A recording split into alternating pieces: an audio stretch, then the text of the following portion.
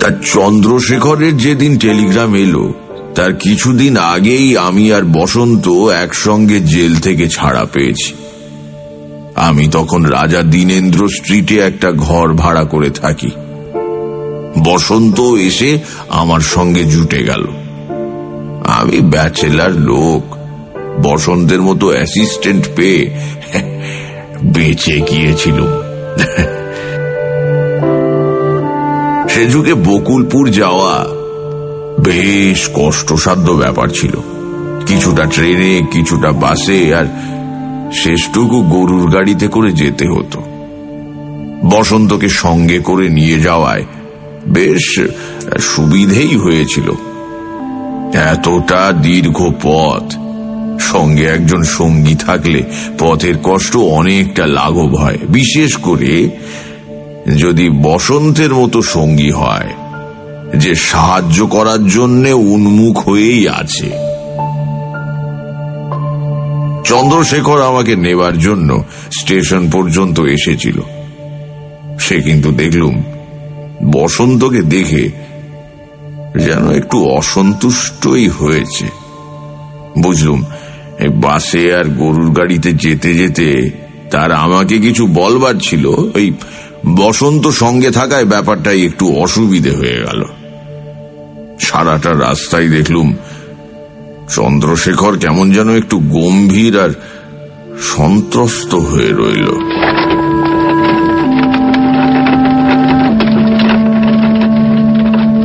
চন্দ্রশেখর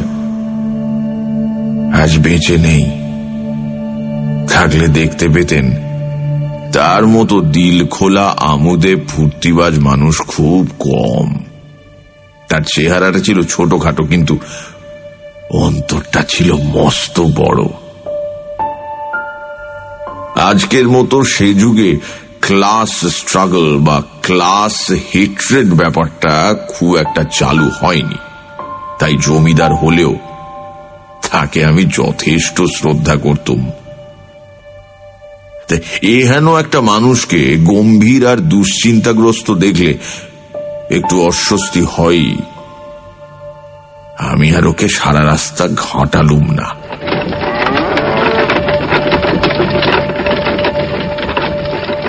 যখন বকুলপুরে এসে পৌঁছলুম তখন প্রায় মাঝরাত।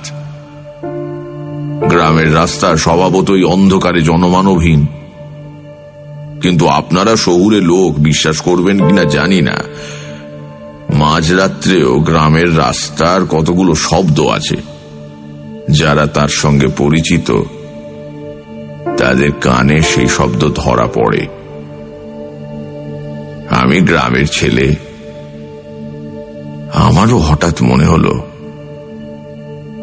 কি অদ্ভুত শব্দহীন গ্রাম।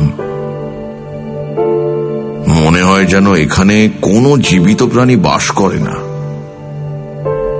লণ্ঠনের আলোয় দেখলুম চন্দ্রশেখরের মুখ বিবর্ণ, বোধহয় খানিকটা আতঙ্কিত। হঠাৎ সেই নির্জনতা ভেঙে গাড়ির সঙ্গে আসা 4 জন পাইক সমস্বরে চিৎকার করে বলতে আরম্ভ করলো, ও পঞ্চানন, ঠিক আছো তো? হ্যাঁ ঠিক আছি। ও মামু, কথা বলছো না কেন? ঠিক আছো? হ্যাঁ ঠিক আছে। এই প্রভৃতি চিৎকার, যার অর্থ স্পষ্টতই এরা সবাই ভয় পেয়েছে। ভয়। গাড়ি যখন প্রকাণ্ড জমিদার বাড়ির সামনে এসে দাঁড়ালো, দেখি তার সামনে চত্বরে এক গাদা হ্যাজাক জ্বালিয়ে একদল পাইক বসে আছে। আমরা ঢোকা মাত্র তারা আলো নিয়ে সামনে এগিয়ে এসে আমাদের মালপত্র নামাতে শুরু করলো।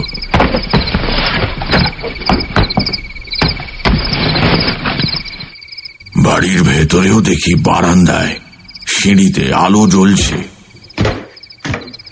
ওপরে উঠতে উঠতে চন্দ্রশেখর জিজ্ঞেস করলো, তোমার সঙ্গে লোকটি কি তোমার চাকর? আমার তখন ঘুমে চোখ জড়িয়ে এসেছে। বললুম, না না, চাকর নয়, আরে ভ্যালে বলতে পারো। চন্দ্রশেখর হাসল না, বলল, ও কি নিচে আমাদের চাকরদের মহলে শুতে পারে? আমি বললুম, পারে, আলবাত পারে। বেশ। চন্দ্রশেখর একজন পাইককে বলল, এই শোনো, এর সঙ্গে যে লোকটি এসেছে তাকে তোমাদের মহলে নিয়ে যাবে। বসন্ত আমার ব্যাগটা নিয়ে পেছনেই আসছিল। চন্দ্রশেখরের কথা শুনে দৃঢ়ভাবে মাথা নেড়ে বলল, না, আমি রায়বাবুর ঘরের বাইরেই শোব। আমার কেমন যেন গোলমাল লাগছে। চন্দ্রশেখর ভয়ানক গম্ভীর হয়ে বলল, না, ঘরের বাইরে শোয়া চলবে না, ওই মহলেই শুতে হবে তোমায়। বসন্ত ঘাড় গোঁজ করে দাঁড়িয়ে রইল। আমি তর্কাতর্কি থামানোর জন্য বললুম, ঘরের বাইরে শুলে তোমার আপত্তি, তাই তো? ভেতরে শুতে পারে? চন্দ্রশেখর স্থির দৃষ্টিতে চেয়ে বলল, পারে, যদি তোমার কোনো আপত্তি না থাকে। আমি বললুম, আমার আবার আপত্তি কিসের? এসব ব্যাপারে আমার কোনোই প্রেজুডিস নেই, তুমি তো জানো। বেশ, তাহলে সেই ভালো। সমস্ত দরজা জানলা ভালো করে বন্ধ করে শোবে। ভোর হবার আগে দোর খুলবে না, কেউ ডাকলেও নয়, এমনকি আমি ডাকলেও নয়। এইবার আমার ঘুম ছুটে গেল। বললুম, তার মানে? এইসব রহস্যের মানে কি? আর জানলা না খুলে আমি ঘুমোতেই পারি না। চন্দ্রশেখর ম্লান হেসে বলল, রহস্যটা না হয় কাল শোনো। আর জানলা খুললে তোমারই অসুবিধে হবে, কারণ তোমার জানলার নিচেই পাইকরা আগুন জেলে বসে বাকি রাতটুকু গল্পগুজব করবে। ওই আওয়াজে তুমি ঘুমোতে পারবে না। আমি প্রতিবাদ করে বললুম, আমার জানলার নিচে পাইক কেন? এসব তো আগে কখনো দেখিনি। হ্যাঁ, বলি ব্যাপারটা কি? চন্দ্রশেখর ঘর থেকে বেরিয়ে যেতে যেতে বলল, কাল শুনো। শুভরাত্রি। বসন্ত ঘরের কোনায় দাঁড়িয়েছিল। আমি ওকে জিজ্ঞাসা করলুম, কিছু বুঝলে? এই ডাকাতি ফাকাতির ব্যাপার নাকি? বসন্ত ঘাড় নাড়ল। না রায়বাবু, ডাকাতির ব্যাপার নয়, ব্যাপার অনেক খারাপ। এই গ্রামে কাল রাত্রি নেমেছে, আমি তার গন্ধ পাচ্ছি। কাল রাত্রি নেমেছে, তার আবার গন্ধ? বুঝলাম, এতটা রাস্তার ধকল আর এত সব রহস্য একসঙ্গে হজম করা আমার দুঃসাধ্য। অতএব আমি আর বাক্য ব্যয় না করে লম্বা হলুম। সানডে সাসপেন্স, শুধুমাত্র রেডিও মির্চি 98.3 FM এ। It's hot. গল্পের পরবর্তী অংশ ব্রেকের পর।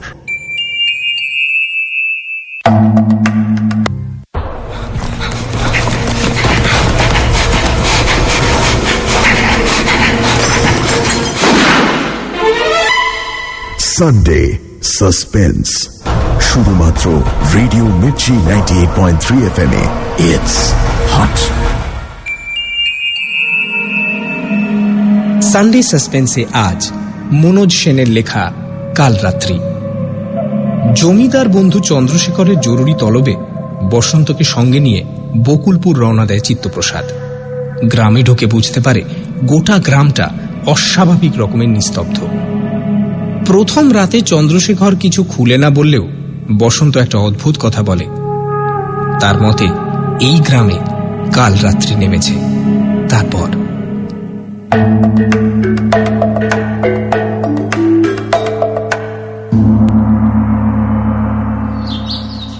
রাত্রে ঘুম খুব একটা মন্দ হলো না। ভোরবেলা উঠে হাত মুখ ধুয়ে বাইরের বারান্দায় গিয়ে দেখি চন্দ্রশেখর একটা চেয়ারে বসে আছে, আর তার সামনে টেবিলে 2 কাপ চা। আমাকে দেখে মৃদু হেসে বলল, এসো চিত্তপ্রসাদ, এসো, চা তৈরি। আমি বললুম, তা তো দেখতেই পাচ্ছি, কিন্তু হে জমিদার নন্দন, তুমি কি স্রেফ আমাকে চা খাওয়াবে বলেই এই সাত সকালে বিছানা ছেড়ে উঠে বসে আছো? চন্দ্রশেখর স্মিত মুখে ঘাড় নাড়ল, বলল, না, আসলে তোমার সঙ্গে কথা বলবো বলে বসে আছি। বেলা বাড়লে কথা বলার সুযোগ নাও পেতে পারি। আমি একটা চেয়ার টেনে ওর মুখোমুখি বসে বললাম, এই ব্যাপারটা কি বলতো? গোলমাল যে একটা পেকেছে সেটা তো বুঝতেই পারছি। আমাকে ডেকেছো কি বন্ধু হিসেবে পরামর্শ দেওয়ার জন্য, নাকি উকিল হিসেবে কনসালটেন্সির জন্য? চন্দ্রশেখর বলল, দুই বলতে পারো। ব্যাপারটা কি তোমাকে তা পুরোপুরি বোঝাতে পারবো কিনা জানি না, তবে চেষ্টা করতে হবে। ব্যাপারটা এতদূর অবিশ্বাস্য যে আমার তোমাকে বলতে বেশ অস্বস্তি হচ্ছে। দেখো চন্দ্রশেখর, ধানাই পানাই করো না। আমি উকিল, আমাকে নিঃসংকোচে তোমার মনের কথা খুলে বলো। ভনিতা যদি করো তো বলো, উঠে চলে যাই। না না, ভনিতা করব না বলে বেশ কিছুক্ষণ চুপ করে মাটির দিকে চেয়ে রইল। তারপর হঠাৎ মুখ তুলে আমাকে জিজ্ঞেস করল, ভ্যাম্পায়ার কাকে বলে তুমি জানো? এমন একটা অদ্ভুত আকস্মিক প্রশ্নের জন্য আমি একদম প্রস্তুত ছিলাম না। থতমত খেয়ে বললাম, হ্যাঁ হ্যাঁ জানি, দক্ষিণ আমেরিকার একরকম রক্তচোষা বাদুড়। চন্দ্রশেখর ফ্যাকাশে মুখে বলল, হ্যাঁ তাই বটে, তবে পুরোটা নয়। যে কোনো রক্তচোষা জীবকেই ভ্যাম্পায়ার বলা হয়। জাপানি উপকথায় একরকম ভ্যাম্পায়ার ক্যাট বা রক্তচোষা বিড়ালের কথা আছে। তেমনি ইউরোপে রক্তচোষা মানুষ শুধুই ভ্যাম্পায়ার, যেমন কাউন্ট ড্রাকুলা। সেসব উপকথা, আষাঢ়ে গল্প। তা আমাকে এতটা পথ ডেকে এনেছো কি তোমার এই ভ্যাম্পায়ার কথামৃত শোনাবার জন্য? হ্যাঁ চিত্তপ্রসাদ, এতদিন আমিও তোমার মতো ভাবতুম যে ভ্যাম্পায়ার একটা কুসংস্কার বা আষাঢ়ে গল্প, কিন্তু আজ আর তা ভাবিনে। আমাদের এই বকুলপুর গ্রামে এমন একটা কিছুর আবির্ভাব হয়েছে যেটাকে ভ্যাম্পায়ার ছাড়া আর কোনো বিশেষণেই অভিহিত করা চলে না। আমি চন্দ্রশেখরের কথা শুনে হাসতে শুরু করেছিলাম, কিন্তু সে একটা উজ্জ্বল স্থির দৃষ্টি দিয়ে আমাকে থামিয়ে দিয়ে বলে চলল, তোমার খুব হাসি পাচ্ছে তাই না? তুমি থাকো কলকাতায়, সেখানে সন্ধে হলে হাজার আলোর রোশনাই, ট্রাম বাসের ঘড়ঘড়ানি, সিনেমার থিয়েটারে মাঝরাত পর্যন্ত সরগরম। আর ওই সামনের দিকে তাকিয়ে দেখো, ওখানে শুধুই অন্ধকার, পদে পদে ভয়, দারিদ্র আর অশিক্ষা, অসুখ বিসুখ আর প্রাকৃতিক বিপর্যয়, হিংস্র জানোয়ার আর বিষাক্ত সাপ। মৃত্যু যেন সব সময় ওঁত পেতে বসেই আছে। এখানে বেঁচে থাকার প্রতিটি মুহূর্তই মৃত্যুর সঙ্গে লড়াই করার জন্য খরচ হয়। আমার বাবা ঠাকুরদা তাদের গ্রামের দিকে তাকাননি, তোমাদের কলকাতা তাদের টেনে নিয়ে চলে গেছিল, কিন্তু আমি যেতে পারিনি। আমার সামান্য ক্ষমতায় আমার গ্রামের জন্য কিছু করব, এই আশাতেই রয়ে গেছি এখানে। দেখেছি এখানকার প্রায় সব সমস্যাই মানুষের, বিশেষত কলকাতার মানুষেরই সৃষ্টি। এখানে থেকে অবিচলিতভাবে চেষ্টা চালিয়ে গেলে হয়তো একদিন এইসবেরই সমাধান সম্ভব হবে। কিন্তু চিত্তপ্রসাদ, আজ যে সমস্যার সামনে এসে দাঁড়িয়েছি তা তোমাদের আলোকোজ্জ্বল কলকাতায় আসতে পারে না। এই অন্ধকার গ্রামই তার আশ্রয়। আর এই সমস্যার মোকাবিলা করা বোধহয় আমার সাধ্যের বাইরে। আমি ভয়ানক আশ্চর্য হয়ে বললাম, তুমি যে রীতিমতো সিরিয়াস হয়ে উঠলে। এত লেখাপড়া শিখে শেষ পর্যন্ত এরকম একটা কুসংস্কারে বিশ্বাস আরম্ভ করলে? কি হয়েছেটা কি? গ্রামের কিছু লোক রক্তহীনতায় মারা গেছে আর গণক ঠাকুর শুনে নিয়ে বলেছেন গ্রামে রক্তচোষা এসেছে, এই তো? আরে বাবা, ওটা অ্যানিমিয়া। থামো চিত্তপ্রসাদ, এবার তুমি আমাকে হাসালে।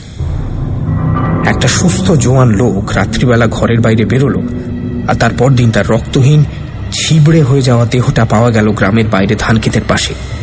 এটা অ্যানিমিয়া? আর এই ঘটনার পুনরাবৃত্তি ঠিক গুনে গুনে 21 দিন পর পর। এটাও কি অ্যানিমিয়ার লক্ষণ চিত্তপ্রসাদ? তুমি কি নিজের চোখে ঘটনা একটাও দেখেছো, না সবই তোমার শোনা কথা? শেষ ঘটনাটা ঘটেছে আজ থেকে 16 দিন আগে, আমারই বাড়িতে। আমার ধাইমাকে তোমার মনে পড়ে? তার মৃত্যু ঘটে এমনি ভাবেই, আমাদের পেছনের উঠোনে। এইবার আমাকে সামলে নিতে হলো। বললাম, কি সর্বনাশ, বলো কি? একেবারে তোমার বাড়ির ভেতরে? ব্যাপারটা আমাকে একটু বিশদভাবে বলবে? দীর্ঘশ্বাস ফেলে চন্দ্রশেখর বলল, আর কি বলবো। রাত্রিবেলা ধাইমা যখন শুতে যান তখন তিনি দিব্যি সুস্থ। আমাকে একটা পান খাওয়ালেন, সুমিত্রাকে একটা দিলেন, কোনো গোলমাল নেই। সকালবেলা উঠোনের উপর তার মৃতদেহ প্রথম আবিষ্কার করলো আমাদের রাধুনী ঠাকুরন। দিদিমা, দেখো কে মেরে গেল গো দিদিমা। সেই একই রকম মৃত্যু, গলার ওপর 2টি রক্তের ফোঁটা, যেন কিছু দাঁত ফুটিয়েছে, আর শরীরের সমস্ত রক্ত জল। তার মানে রক্ত বের করে নেওয়া হয়নি? না, মানে ব্যাপারটা কিরকম জানো, অনেকটা অ্যানিমিয়ার মতোই। যেন রক্তের সমস্ত লাল কণিকাগুলো কোনো অজ্ঞাত কারণে ভেঙে নষ্ট হয়ে গেছে, আর সেটা হয়েছে মুহূর্তের মধ্যে। ফলে অ্যানিমিয়ার যেসব লক্ষণ, যেমন হাত পা ফোলা, পেট ফুলে ওঠা, সেসব কিছু নেই। মৃত্যুর কারণ অক্সিজেনের অভাবে অ্যাসফিক্সিয়া। তা এরকম হওয়ার কারণ? জানি না। গলার দাগ দুটি দেখে মনে হয় এই গ্রামে কোনো একটি নিশাচর জীবের আবির্ভাব হয়েছে, যে গলায় কামড়ালে আক্রান্ত ব্যক্তির শরীরে এমন একটা বিষ ঢুকে যায় যা সঙ্গে সঙ্গে রক্তের লাল কণিকাগুলো মেরে ফেলে। ফলে তার তৎক্ষণাৎ মৃত্যু হয়। কি বিষ? তাও জানি না। কোনো কেমিক্যাল বিষ হতে পারে, তবে তার সম্ভাবনা কম, কারণ সেক্ষেত্রে একজন দুর্বৃত্ত বা হত্যাকারী বা ক্রিমিনাল থাকার সম্ভাবনা। আবার সেই সঙ্গে এই অপরাধের একটা উদ্দেশ্য থাকা দরকার। কিন্তু এই হত্যাকাণ্ডগুলো এতই পরস্পরের সঙ্গে সম্পর্কহীন যে কোনো একটা উদ্দেশ্য খুঁজে বের করা প্রায় অসম্ভব।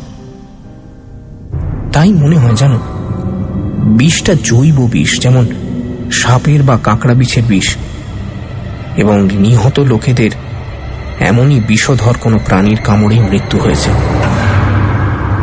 আরেকটা সম্ভাবনা হলো ভ্যাম্পায়ার জাতীয় কোনো প্রাণী এদের রক্ত চুষে খেয়ে তাদের শরীরের ভেতরে কোনো অজ্ঞাত একটা তরল পদার্থ ঢুকিয়ে রেখে যায়। কিন্তু সেখানে একটা অসুবিধে আছে। কিসের অসুবিধে? দেখো, আমাদের এখানে প্রথমে মানুষ মরতে শুরু করেনি। সব রিপোর্ট তো পাইনি, তবে প্রথমে মারা যায় একটা গরু। আমাদের পাশের গ্রাম যদুতলির, সেখানকার একজন গাড়িওয়ালার গরু ছিল সেটা। তারপর মরে আরেকটা গরু, ওই যদুতলিরই একজন গোয়ালার। এখন গরু মরা গাঁয়ের মানুষের কাছে সহজ ব্যাপার নয়। গরু তাদের একটা সম্পদ, কাজেই হইচই পড়ে যায়। আমার কানেও কথাটা আসে।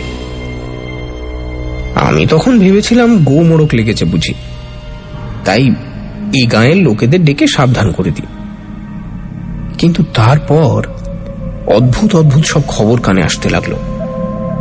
শুনলাম ওরা নাকি এক গোবর্দি ধরে এনেছে, যে বলছে অসুখ বিসুখ কিছু নয়, গরুগুলো মরেছে রক্তচোষার কামড়ে। তোমারই মতো আমি ব্যাপারটা কুসংস্কার বলে হেসে উড়িয়ে দিয়েছিলাম। কিন্তু এর পরের আঘাতটাই এলো যদুতলির পণ্ডিত মশাই নগেন ভট্টাচার্য মশাইয়ের বাড়িতে। পণ্ডিত মশাইয়ের গরু মঙ্গলা এইরকম ভাবেই মারা যায়। পণ্ডিত মশাইয়ের কাছে যা শুনল তাতে তো আমার চক্ষু স্থির।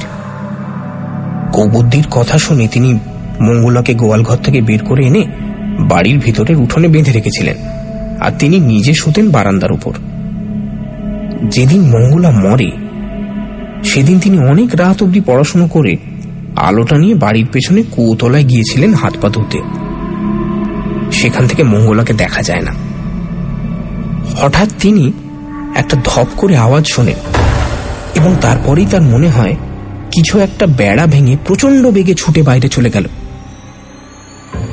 তিনি দৌড়ে এসে দেখেন মঙ্গলা স্থির হয়ে দাঁড়িয়ে রয়েছে এবং আস্তে আস্তে তার চোখের সামনে গড়িয়ে মাটির উপর পড়ে যায়।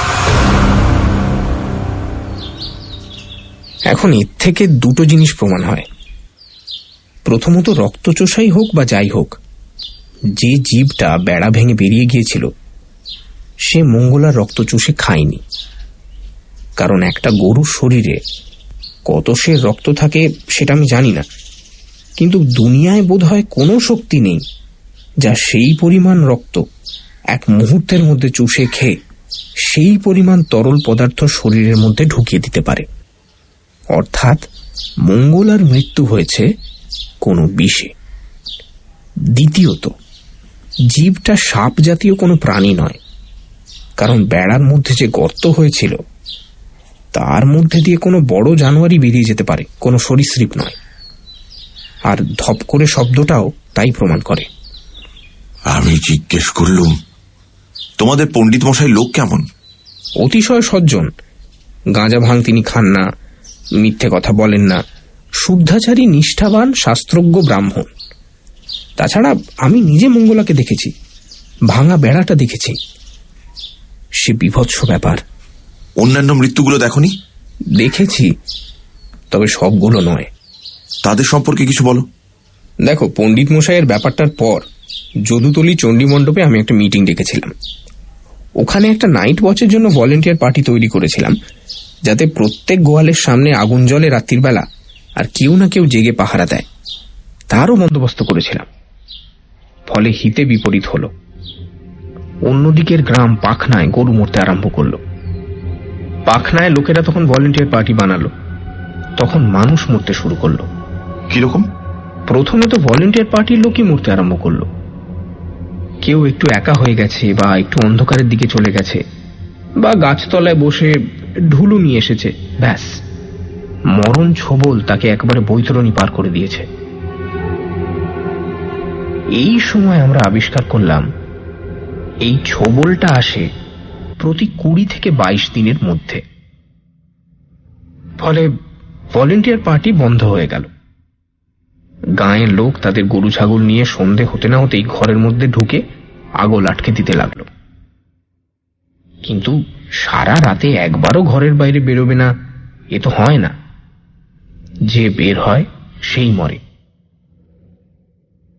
কিন্তু তারপর যা শুরু হলো তা আরো অবিশ্বাস্য। কি? চন্দ্রশেখর আমার দিকে পূর্ণ দৃষ্টিতে চেয়ে বলল, নিশির ডাক। আমি আকাশ ফাটিয়ে অট্টহাস্য হেসে উঠতে যাচ্ছিলুম। হেসো না চিত্তপ্রসাদ, হেসো না। 3টে গাঁয়ের লোক যখন পেট খারাপ হওয়া সত্ত্বেও ঘরের বাইরে বেরোনো বন্ধ করল, তখন যার মরণ ঘনিয়ে এসেছে তাকে একটা অদ্ভুত সুরেলা কণ্ঠ নাম ধরে ডেকে ঘরের বাইরে টেনে নিয়ে যেতে শুরু করলো। এসো, কাছে এসো, এসো না, এসো। আর এখনো সেই রকমই চলছে। সেই ডাক নাকি অপ্রতিরোধ্য। যাকে ডাকে তাকে দড়ি দিয়ে বেঁধে রাখলেও সে নাকি সব ছেড়ে বেরিয়ে চলে যায়। যখন বেরিয়ে যায় তখন তার আত্মীয় স্বজন তাকে অনুসরণ করে না কেন? দেখো, যারা আতঙ্কে অর্ধমৃত হয়ে আছে তাদের কাছ থেকে তুমি এরকম বীরত্ব আশা করতে পারো না, পারো কি? আর অনুসরণ করেই বা কি হবে? গ্রামের পথ নিশ্চয়ই ভুলে যাওনি। সেই অন্ধকার কি হ্যারিকেন লণ্ঠনের আলো ভেদ করতে পারে?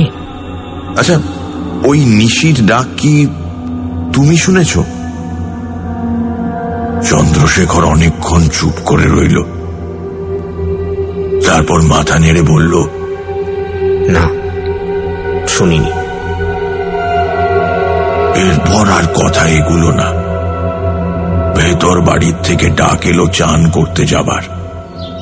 চন্দ্রশেখরের কাছারি যাওয়ার সময় হলো।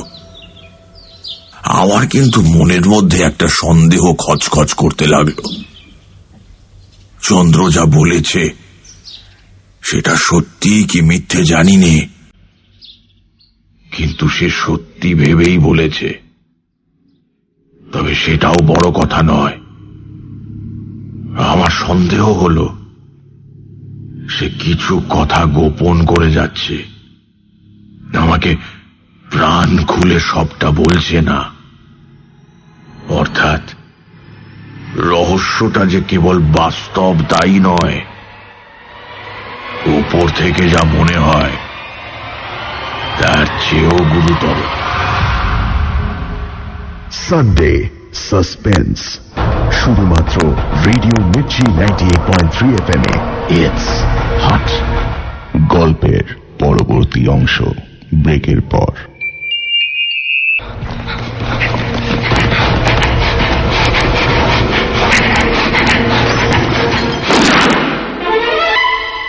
সানডে সাসপেন্স, শুধুমাত্র রেডিও মির্চি 98.3 FM এ। It's hot. সানডে সাসপেন্সে আজ মনোজ সেনের লেখা কালরাত্রি। চন্দ্রশেখরের মুখে গ্রামের এক অদ্ভুত বিপদের কথা শুনে চিত্তপ্রসাদ ঠিক 21 দিন পর পর গ্রামের একটি করে লোক মারা যাচ্ছে। লোকে ঘর থেকে না বেরোলে নিশির ডাক তাদের ডেকে নিয়ে যাচ্ছে। পরের দিন সকালে পাওয়া যাচ্ছে তাদের রক্তশূন্য মৃতদেহ। কেউ যেন তাদের গলায় দাঁত ফুটিয়ে শুষে নিয়েছে সমস্ত রক্ত। তারপর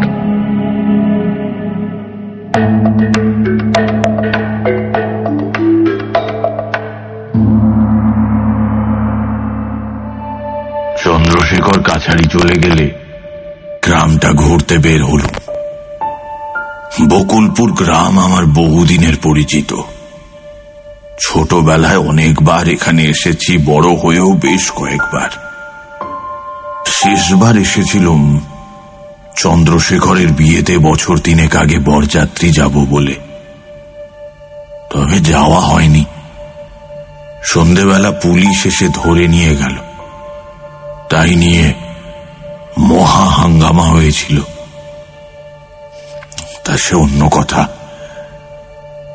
চন্দ্রশেখরের বিয়ে হয়েছিল মালদা জেলারই গঙ্গা যমুনা গ্রামের জমিদার ঘনশ্যাম রায়ের একমাত্র মেয়ের সঙ্গে। ঘনশ্যামের সঙ্গে আমার পরে পরিচয় হয়েছিল কলকাতায়। লোকটি যেন কেমন অদ্ভুত বলে মনে হয়েছিল তখন আমার। কখনো সোজা মুখের দিকে তাকিয়ে কথা বলেন না, চেপে চেপে প্রতিটি কথা বিচার করে করে বলেন। আমার প্রথমেই ধারণা হয়েছিল লোকটি অত্যন্ত ঘুঘু। তবে চন্দ্রশেখরের স্ত্রী সুমিত্রা অবশ্য তার বাপের মতো নয় বলেই শুনেছি। সে জমিদার বাড়ির বউ, অসূর্যম্পস্যা। কিন্তু তার গিন্নিপনার গল্প আমাদের কানে এসেছিল, আর কানে এসেছিল তার অসাধারণ সৌন্দর্যের কথা। তাকে নিয়ে আর তার জমিদারিটি নিয়ে কত সুখেই না থাকতে পারত চন্দ্রশেখর। তা নয়, কোত্থেকে কি এক ভয়াবহ একটা প্রাণী এসে সব ছাড়খাড় করে দিলে। এইসব ভাবতে ভাবতে মনে মনে প্রতিজ্ঞা করলাম, চন্দ্রশেখর আমার বন্ধু। কেবল বন্ধু বলবো না, আমার অনেক বিপদে আপদে পাশে এসে দাঁড়িয়েছে সে। আমার সেই বন্ধুর এই দুঃসময়ে, সেটা সত্যি বা কাল্পনিক যাই হোক না কেন, তার পাশে আমি দাঁড়াবো, তাকে উদ্ধার করব। এমন সময় হঠাৎ শুনি কে আমার নাম ধরে ডাকছে। চিত্তবাবু, ও চিত্তবাবু। তাকিয়ে দেখি বকুলপুরের বর্ধিষ্ণু চাষি সন্ন্যাসী কৈবর্তর ছেলে বিষ্ণুপদ কৈবর্ত। বিষ্ণুপদ কলকাতায় লেখাপড়া করতে গিয়েছিল। বেশি দূর সেটা চালাতে পারেনি বটে, তবে নিজের গ্রামের প্রতি অশ্রদ্ধাটা পুরোপুরি রপ্ত করে ফেলেছিল। হেদোর কাছে একটা ওষুধের দোকানে চাকরি করত, আর গোয়া বাগানে একটা মেসে থাকত। মানিকতলার বাজারে তার সঙ্গে মাঝে মধ্যে আমার দেখা হতো। বিষ্ণুপদ বলল, এ কি চিত্তবাবু, আপনি এখানে কি করছেন? আমি বললুম, আমি তো এখানে আসতেই পারি বিষ্ণুপদ, এখানে আমার বন্ধুর বাড়ি। বরং তুমি এখানে কি করছো বলো তো? তোমার সঙ্গে তো যখনই দেখা হয় তুমি বলো গ্রামে নাকি ভদ্রলোকের থাকা অসম্ভব। তা তুমি কি আবার ছোট লোকদের দলেই ভিড়লে নাকি? হ্যাঁ? বিষ্ণুপদ মাথা নিচু করে বলল, ওসব কথা বাদ দিন চিত্তবাবু, বাবা মারা গেছেন, এত জমি জমা ফেলে কোথায় থাকবো? কলকাতায় পড়ে থাকলে তো 5 ভূতে লুটে নেবে। আমি দুঃখিত হয়ে বললুম, সন্ন্যাসীদা মারা গেছেন নাকি? কবে? কি হয়েছিল? বাবা মারা গেছেন 6 মাস হলো। আর কি হয়েছিল? কেন, জমিদার বাবু আপনাকে কিছু বলেননি? রক্তচোষা? হ্যাঁ, লোকে তাই বলে বটে, কিন্তু আমি বিশ্বাস করিনি। তুমি কি বিশ্বাস করো? আমার ধারণা এটা একটা কোনো নতুন ধরনের ছোঁয়াচে রোগ, যা জীবজন্তু মানুষকে রক্তশূন্য করে ফেলে। আর এই রোগটা এমন একটা জীবাণু থেকে হয় যা কোনো মানুষ বা জন্তুর শরীরে ঢুকলে 20-22 দিন সময় নেয় তৈরি হয়ে নেবার। যেমন ধরুন ম্যালেরিয়া। ম্যালেরিয়া? না বিষ্ণুপদ, তোমার উপমাটা ঠিক হলো না। তবে তুমি যে কি বলতে চাইছো তা বুঝতে পারছি। তার মানে ও গাঁয়ের পণ্ডিত মশাই যা দেখেছেন, বা এই 3টে গাঁয়ের লোক যে নিশির ডাকটাকের কথা বলছে, সেগুলো তুমি মনে করো মিথ্যে? আরে মিথ্যে নয়, বলবো কুসংস্কার। কুসংস্কার। আর এসবের জন্যই তো আমি গ্রাম ছেড়ে কলকাতায় গিয়ে থাকি। আমাদের কথাবার্তা হতে দেখে ইতিমধ্যে চারপাশে কয়েকজন গ্রামবাসী দাঁড়িয়ে পড়েছিল। তাদের মধ্যে চন্দ্রশেখরের খাজাঞ্চি নিমাই পাটোয়ারির ছোট ভাই গোবিন্দও ছিলেন। গোবিন্দ লেখাপড়া বেশি করেননি, কিন্তু সৎ সজ্জন লোক বলে পরিচিত ছিলেন। তিনি বিষ্ণুপদর কথা শুনে হঠাৎ চটে উঠলেন, বললেন, তোমার ওখানে গিয়েই থাকা উচিত বিষ্ণু। তোমার মতো অপদার্থ গাধা আরে গায়ে ঢোকাই উচিত না। আমি আশ্চর্য হয়ে বললুম, কি হলো গোবিন্দদা, এত চটে উঠলেন কেন? আর চটবো না? যেখানে আমাদের জীবন মরণের সমস্যা, সেখানে উনি বলছেন কিনা এটা আমাদের কুসংস্কার। এমন লোককে জুতো পেটা করতে ইচ্ছা করে কিনা তুমি বলো চিত্তপ্রসাদ। আপনি এই নিশির ডাক শুনেছেন? গোবিন্দর মুখের ভাবটা কেমন একরকম হয়ে গেল। কথা বলতে গিয়ে একবার ভয়ে ভয়ে চারদিক চেয়ে বললেন, হ্যাঁ শুনেছি। কিরকম শুনলেন? কিরকম আবার? অনেকটা এই মেয়ে ছেলের গলার মতো।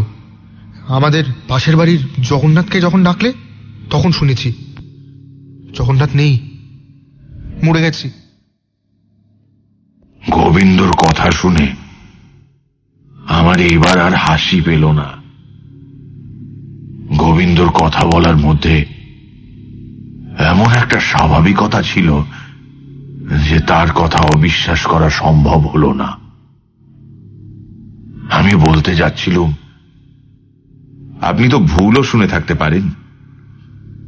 কিন্তু তার আগেই ভিড়ের ভেতর থেকে অতুল মণ্ডল বলল, বলি, হ্যাঁ গো গোবিন্দদা, মেয়ে ছেলের গলায় বটে। যেদিন বাদুর কামড়ালে সেদিন শুনেছিলুম, ইস, তখন যদি ছুটে বেরোতুম। বাঁদর কামড়ালো মানে? কাকে কামড়ালো? কি হয়েছিল?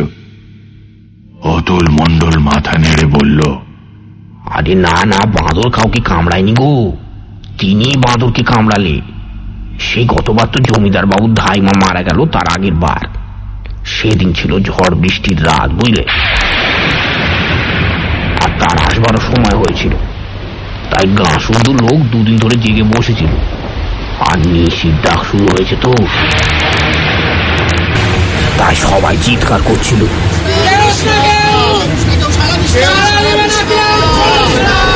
কোন কোন বাড়িতে খানিক অন্তর অন্তর শাঁখ বাজছিল, আর বৃষ্টিও নেমেছিল বটে।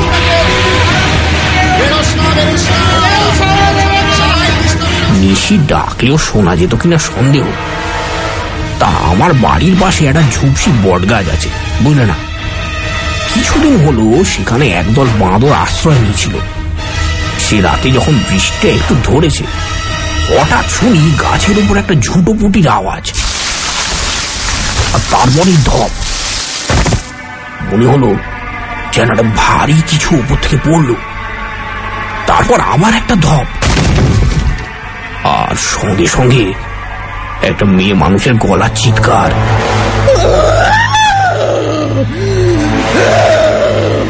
মানে ব্যথা পেলে তারা যেমন কোকিয়ে ওঠে তেমনি। আমি তো শুনে বেরোতে যাচ্ছিলাম, আমার পরিবার আমার কাছা চেপে ধরলে, বেরোতেই দিলে না। আমি জিজ্ঞেস করলুম, তারপর? তারপর আর কি, পরদিন সকালে গাছতলা গিয়ে দেখি একটা গোদা বানর মরে পড়ে আছে, আর বট গাছ খালি। ভোর হতে না হতেই পুরো দলটা গাঁ ছেড়ে পালিয়ে গেছে। শুনতে শুনতে আমার কেমন যেন মনের মধ্যে সবকিছু গোলমাল পাকিয়ে যেতে লাগলো। এতগুলো শিক্ষিত, অর্ধশিক্ষিত বা সম্পূর্ণ নিরক্ষর লোক একসঙ্গে জোট পাকিয়ে অনবরত মিথ্যে কথা বলে যাচ্ছে। হ্যাঁ, কার স্বার্থে? আমাকে বোকা বানিয়ে মজা পাওয়া এর উদ্দেশ্য হতে পারে না। এর পেছনে কোনো একটা সত্য লুকিয়ে আছে। অশিক্ষা আর কুসংস্কারের গোলক ধাঁধায় পড়ে হয়তো তার এমন একটা হাস্যকর রূপ তৈরি হয়েছে। কিন্তু সেই সত্যটা কি? এতগুলো প্রাণ গেছে, সেটা তো রসিকতা নয়। তাছাড়া কাল শুতে যাবার আগে বসন্ত একটা কথা বলেছিল, তারই বা মানে কি? আমি হঠাৎ গোবিন্দদার দিকে ফিরে বললুম, আচ্ছা গোবিন্দদা, কাল রাত্রি কি? গোবিন্দ গম্ভীর মুখ তুলে আমার দিকে তাকালেন, বললেন, তুমিও শুনেছ কথাটা।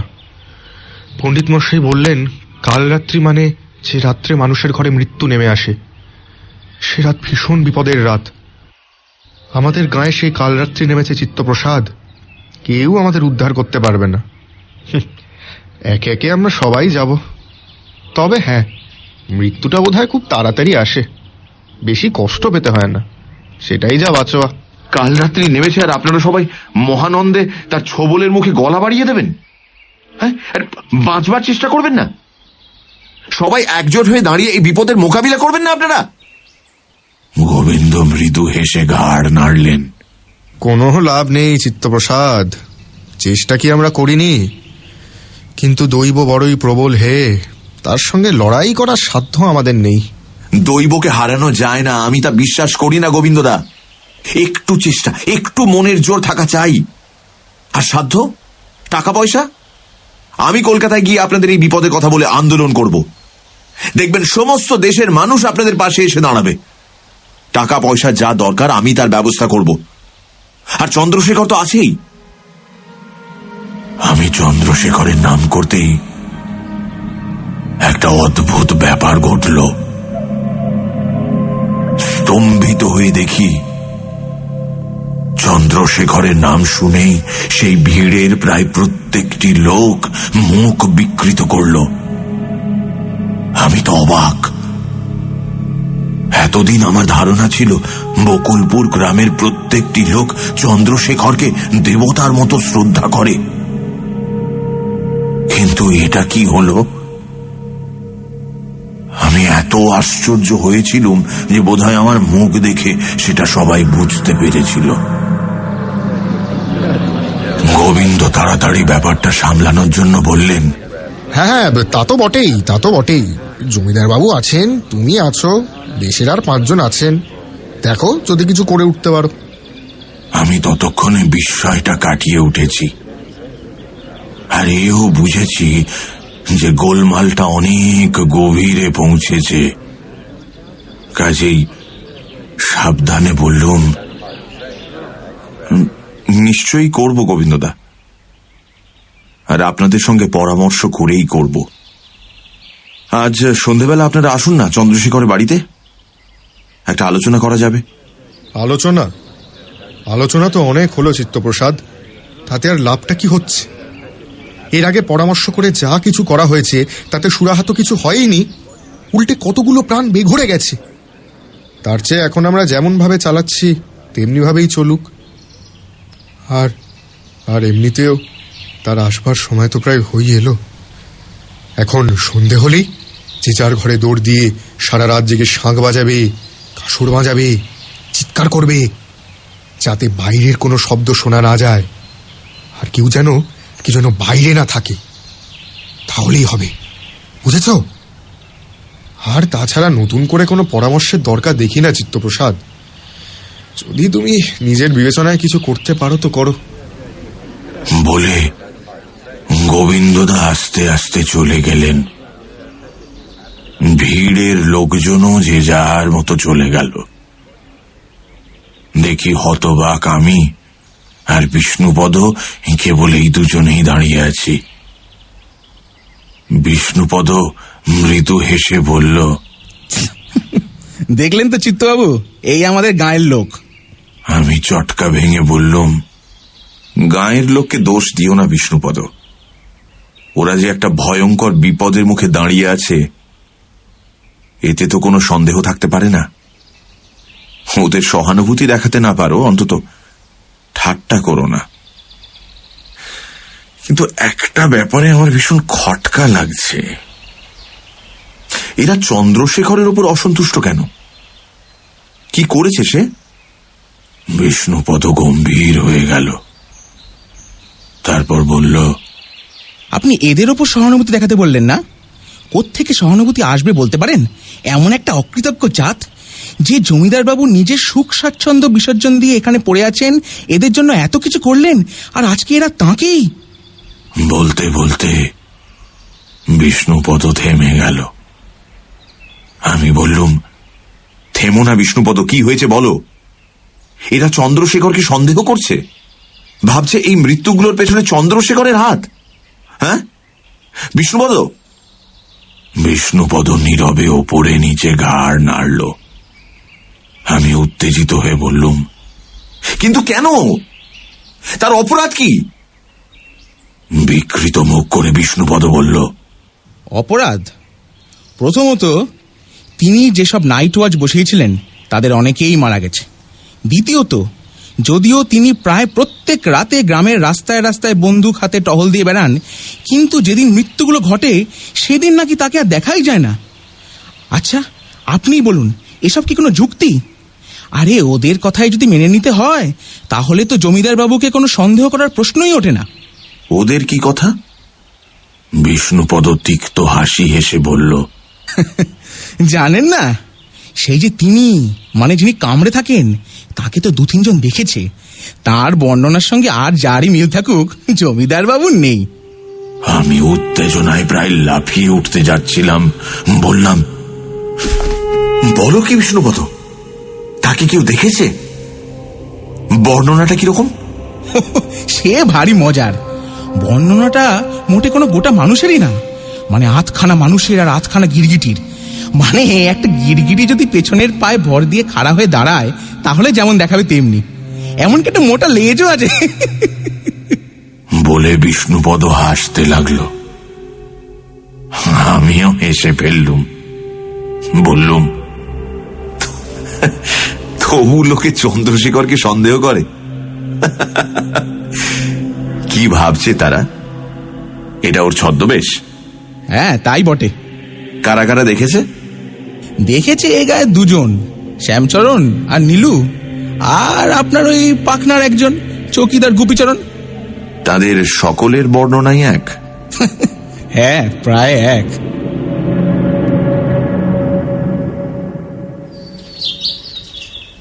যখন বাড়ি ফিরলুম তখন বেশ বেলা হয়েছে। দেখি বৈঠকখানা ঘরে আমাদের খাওয়ার জায়গা করছে বসন্ত। আমাকে আসতে দেখে বসন্ত বলল, এতক্ষণ কোথায় ছিলেন রায়বাবু? জমিদার বাবু অনেকক্ষণ আপনাকে খুঁজছেন। আপনি চান করে আসুন, আমি কাছারি বাড়িতে গিয়ে খবর দিয়ে আসি।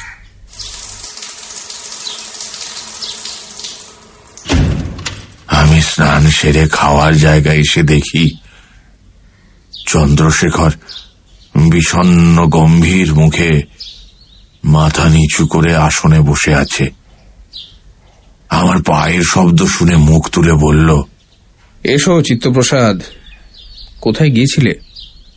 আমি ওর পাশে বসে বললুম, এই গ্রামটা একটু ঘুরতে গিয়েছিলাম।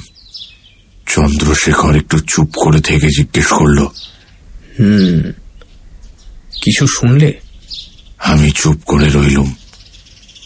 চন্দ্রশেখর দীর্ঘ শ্বাস ফেলে বলল, শুনেছ না? এবার বুঝেছ কেন আমি তোমাকে ডেকে এনেছি? তুমি আইনজ্ঞ, বুদ্ধিমান, আর তুমি আমার বন্ধু। এই বিপদ থেকে তুমি আমাকে উদ্ধার করতে পারো। আমার প্রজাদের জীবন আমি রক্ষা করতে পারিনি। আমার সংসার ভেঙে যাচ্ছে, আমি পাগল হয়ে যাচ্ছি চিত্তপ্রসাদ। সংসার ভেঙে যাচ্ছে কেন? ওই যে প্রজারা আমার নামে যে সন্দেহ করে তা সুমিত্রার কানে পৌঁছেছে। তারপর থেকে সে আর এ বাড়িতে থাকতে চায় না। সারাদিন ঘুরে ঘুরে বেড়ায়, রাত্রে এক ঘরে থাকতে চায় না। তার উপর বাড়ির ভেতরে দাইমা মারা যাওয়ার পর সে তো প্রায় নাওয়া খাওয়া ত্যাগ করেছে। আমি বেশি কাছে গেলেই ভয়ে সাদা হয়ে যাচ্ছে, আর মুখে শুধু ওই এক কথা, আমাকে বাপের বাড়ি রেখে এসো, আমি এখানে এক মুহূর্ত থাকতে চাই না। তুমি বলো চিত্তপ্রসাদ, আমি কি করতে পারি? ঘনশ্যাম রায়কে খবর দিয়েছ? হ্যাঁ, শ্বশুরমশাইকে খবর দিয়েছি, তিনি আসবেন বলেছেন। তবে তিনি ব্যস্ত লোক, চট করে চলে আসা তো সহজ নয় তার পক্ষে। এদিকে সময় এগিয়ে আসছে, আর যতই সময় এগিয়ে আসছে সুমিত্রা ততই আতঙ্কে দিশেহারা হয়ে পড়ছে। তা তুমি সুমিত্রাকে নিয়ে বাইরে কোনো জায়গা থেকে কিছুদিন ঘুরে এসো না। সুমিত্রার সন্দেহ কাটবে, আর তুমিও একটু বিশ্রাম পাবে। না চিত্তপ্রসাদ, তা হয় না। আমি যে এই কথাটা চিন্তা করিনি তা নয়, কিন্তু মনে করো আমার যেমন দুর্ভাগ্য, হয়তো বাইরে গেলুম আর সেবারই কিছু হলো না, তখন কি হবে? আমি কি আর কোনোদিন এ গায়ে ঢুকতে পারবো? ঢুকলে সবাই আমাকে ছিঁড়ে টুকরো টুকরো করে ফেলবে না? হ্যাঁ, তা বটে। তাহলে তুমি ঘনশ্যাম রায়কে একটা আর্জেন্ট টেলিগ্রাম পাঠাও। তাও পাঠিয়েছি, আশা করছি কাল পরশুর ভেতরেই উত্তর পাবো। কিন্তু চন্দ্রশেখর, সুমিত্রা যদি আর না ফিরে আসে? ও নিশ্চয়ই ফিরে আসবে, তুমি দেখো। এই রহস্যের জাল ছিঁড়ে ফেলে ও নিশ্চয়ই নিজের ভুল বুঝতে পারবে, কিন্তু কত দিনে? এই প্রশ্নের উত্তর আমার জানা ছিল, কাজেই চুপ করে রইলুম।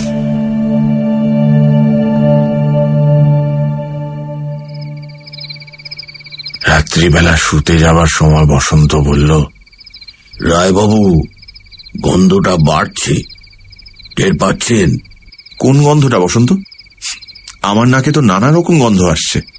কাল রাত্রির গন্ধ, মৃত্যুর গন্ধ। আমি শুয়ে পড়ে বললুম, মৃত্যুর গন্ধ যে কেমন তা তো আমার জানা নেই বসন্ত, কাজেই সেটা বাড়ছে না কমছে তা আমি বলবো কি করে বলো? বসন্ত আমার কথার খোঁচাটা বুঝলো কিনা কে জানে। অনেকক্ষণ চুপ করে বসে রইল। তারপর আমার যখন প্রায় ঘুম এসে গেছে তখন হঠাৎ আমাকে ডেকে বলল, রায়বাবু, আমার চোখটা একটু দেখবেন। কি পাগলামো হচ্ছে বসন্ত, শুয়ে পড়ো। আর বলতে বলতেই ওর দিকে চোখ পড়ায় বিস্ময়ে স্তম্ভিত হয়ে গেলুম। দেখি ওর চোখ দুটোর মধ্যে মনি নেই, পুরোটাই সাদা। কোন রকমে বললাম, কি করছো বসন্ত? এমন চোখ কপালে তুলে বসে আছো কেন? বসন্ত বসন্ত চোখ বন্ধ করে হাসল, বলল, চোখ কপালে তুলিনি রায়বাবু, মনি দুটো দেখতে পাননি তাই না? যাক, ভালোই হয়েছে। ভালো হয়েছে মানে? কি ভালো হয়েছে? মনি না দেখতে পাওয়ার মধ্যে ভালোটা কোথায় বসন্ত? আছে রায়বাবু, একে আমরা বলি চক্ষু ক্ষীর। এটা চোখের ওপর এলে তখন চোখ আর দেখতে পায় না, দেখতে পায় বোধহয় মন। কিভাবে হয় জানি না, তখন অনেক কিছু দেখতে পাই যা সাদা চোখে কখনো দেখা যায় না। সব সময় তো এটা আসে না, কখনো সখনো কালে ভদ্রে আসে। যখন আসে তখন পৃথিবীটার রূপই পাল্টে যায়। মনে মনে বড্ড চাইছিলুম এটা যেন আসে, প্রার্থনা করছিলুম যদি কোনো পুণ্য ফল আমার থাকে তাহলে এই ভীষণ বিপদের দিনে যেন এটা পাই। দেখো বসন্ত, সারাদিন ধরে নানা রকম ভয়ঙ্কর ভয়ঙ্কর সব কথা শুনতে হয়েছে, তার উপর তুমি এলে তোমার চক্ষু ক্ষীর না চক্ষু স্থির কি সব নিয়ে আমি না আর সহ্য করতে পারছি না। এবার ঘুমোতে দাও। কাল আবার সকালবেলা বেরোতে হবে মোটা ল্যাজওয়ালা আধখানা মানুষ আর আধখানা গিরগিটি সন্ধানে। কি যে সব হচ্ছে কে জানে, বুঝতে পারছি না। আমি কি একটা পাগলা গারদের মধ্যে এসে পড়লুম, না সবাই আসলে সুস্থ, কেবল আমি পাগল হয়ে গেছি? পাগল কেউ হয়নি রায়বাবু, কেবল একটা কথা মনে রাখা দরকার, আমরা রোজ যা চোখে দেখি বা কানে শুনি তার বাইরেও অনেক কিছু হয় বা আছে যা কল্পনা করাও আমাদের পক্ষে অসম্ভব। শেক্সপিয়ারও এরকমই কি একটা কথা যেন বলেছিলেন বটে।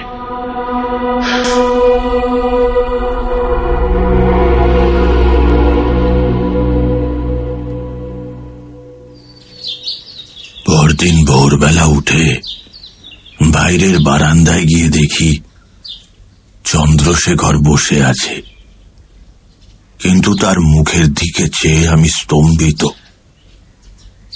কি এক প্রচন্ড অন্তর্গুড় বেদনায় সে মুখ বেঁকিয়ে চুপ করে বসে রয়েছে। আমি জিজ্ঞেস করলাম, কি হয়েছে? সুমিত্রা আমাকে আলটিমেটাম দিয়েছে গতকাল, যেভাবেই হোক আজ রাত্রের মধ্যেও চলে যাবেই। আমি যতক্ষণ ব্যবস্থা না করছি ততক্ষণ সে অন্য জল স্পর্শ করবে না বলে দিয়েছে।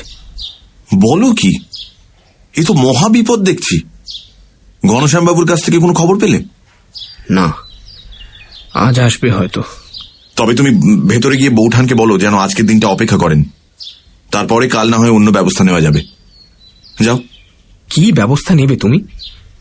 ধাইমা মারা গেছেন আজ 17 দিন হলো, আরেকটা মৃত্যু আসছে আর দিন 4 মধ্যে। গাঁয়ের লোক রাত্রে বেরোনো বন্ধ করেছে। পাইকদের বা বেহারাদের কাউকে বললেও কেউ এখন বেরোবে না, কেটে ফেললেও নয়। আরে দিনে দিনে যাবে, দিনে দিনে চলে আসবে, কি আছে তাতে? আরে তুমি শুধু তাদের নিরাপত্তার কথা ভাবছো, তাদের তো পরিবার রয়েছে, তারা তো তাদের কথা ভাবছে। সে কথা ঠিক। তাহলে কি করবে? তাই তো বুঝতে পারছি না।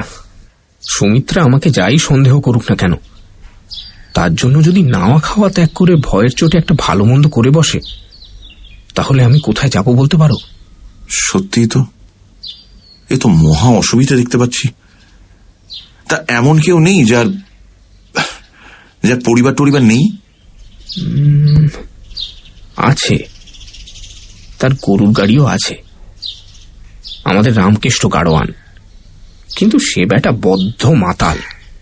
অন্তত 2 পাইক ছাড়া সুমিত্রাকে তার হাতে ছাড়ি কি করে? 2 দিনের পথ। তুমি সঙ্গে যাও না?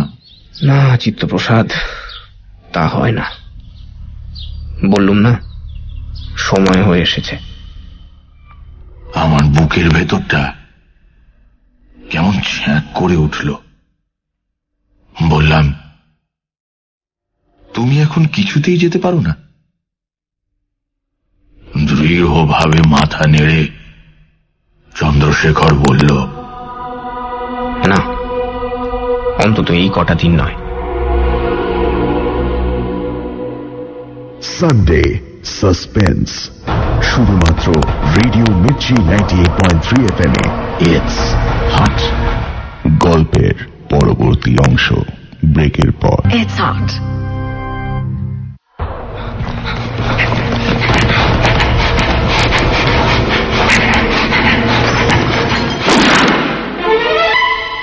সানডে সাসপেন্স, শুধুমাত্র রেডিও মির্চি 98.3 FM এ। It's hot. সানডে সাসপেন্সে আজ মনোজ সেনের লেখা কাল রাত্রি। গ্রামের কিছু প্রত্যক্ষদর্শীর কাছে চিত্তপ্রসাদ জানতে পারে সেই ভয়ানক জীবের বর্ণনা, যার অর্ধেক মানুষ আর অর্ধেক গিরগিটি। গ্রামের লোকের মতে এই প্রাণীটা আর কেউ নয়, স্বয়ং জমিদার বাবু চন্দ্রশেখর। তারপর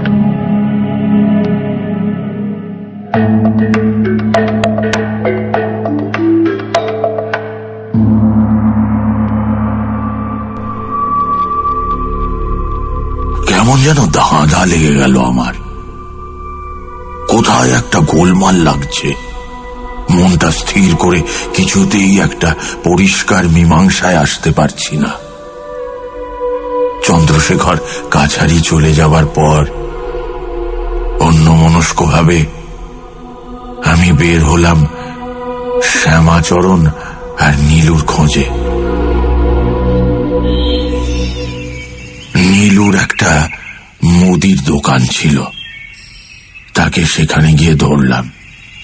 জিজ্ঞেস করলাম, তুমি নাকি কি সব দেখেছ? কি দেখেছ? নীলু বা নীলকণ্ঠ আধবুড়ো মানুষ। আমার কথা শুনে সে তো কেঁপে ঝেঁপে অস্থির। প্রবল বেগে মাথা নেড়ে বলল, ওরে বাবা, রাম রাম রাম, না না, আমি কিছু দেখিনি রায় বাবু। বুড়ো লোক, আমি অন্ধকারে কত ছায়া দেখি, সেসব কি আর ধরতে আছে? আমাকে ভাঁওতা দিও না নীলকণ্ঠ, কি দেখেছো বলো। কিন্তু সে কিছুতেই বলবে না। শেষটা হঠাৎ মাথায় একটা আইডিয়া এসে গেল। ওর পাশে রাখা হিসেব লেখার স্লেট আর পেন্সিলটা তুলে নিয়ে বিজ্ঞান বইয়ে যে ডাইনোসরের ছবি আঁকা থাকে সেরকম একটা মোটামুটি স্কেচ এঁকে ওকে দেখালাম। মুহূর্তের মধ্যে নীলকণ্ঠের মুখ ভয়ে সাদা হয়ে গেল। ফিস ফিস করে আমাকে জিজ্ঞেস করলো, তবে তুমিও দেখেছো রায় দাদা? তবে তুমিও দেখেছো? আমি কোন রকমে নিজেকে সামলে নিয়ে বললাম, হ্যাঁ দেখেছি, তবে অনেক দূর থেকে তো, কতটা উঁচু বুঝতে পারিনি। আচ্ছা তুমি বলতে পারো?